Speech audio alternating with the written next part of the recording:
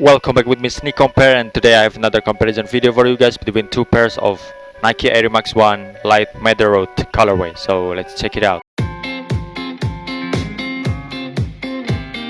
As you can see here on the first sample, look at on the marking area here, the eyelets slightly go down here, and also this one, the heel low here is a little bit go down. It's not as high as the authentic one here, and also the gap on the stitching here is looking terrible. You can see on the Nike swoosh here, the gap is looking terrible. It's a little bit narrow, and this one also you can see here on my pointer, the gap is too close. The gap is too narrow on the stitching here, and this one also the stitching around the eyelets on the fake one here is not following the shape of the eyelets. And another sample again, you can see here is crooked. Stitching gap here is crooked.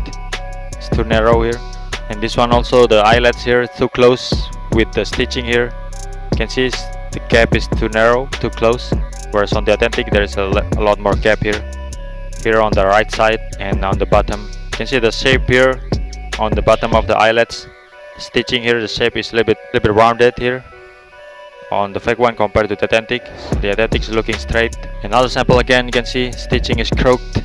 The gap is too narrow here. Moving to the inside part of the shoes, still same here. You can see the gap of the stitching is too narrow, looking terrible. This one also, stitching is crooked, looking messy. You can see the stitching the flaws always here on the stitching. You can see the stitching is not straight like this. It's not clean. It's a little bit crooked on the fake one. Look at on the tag here, the gap around the stitching here is looking proper, looking the same. Whereas on the fake one, you can see here, this isn't same. It's not same. You can see, especially on the bottom here, it's too close, it's too narrow. And this one also, the middle stitching is slightly come up. It's not centered like the authentic one here. And again, the tag here, you can see the R slightly come up, whereas on the authentic one is centered.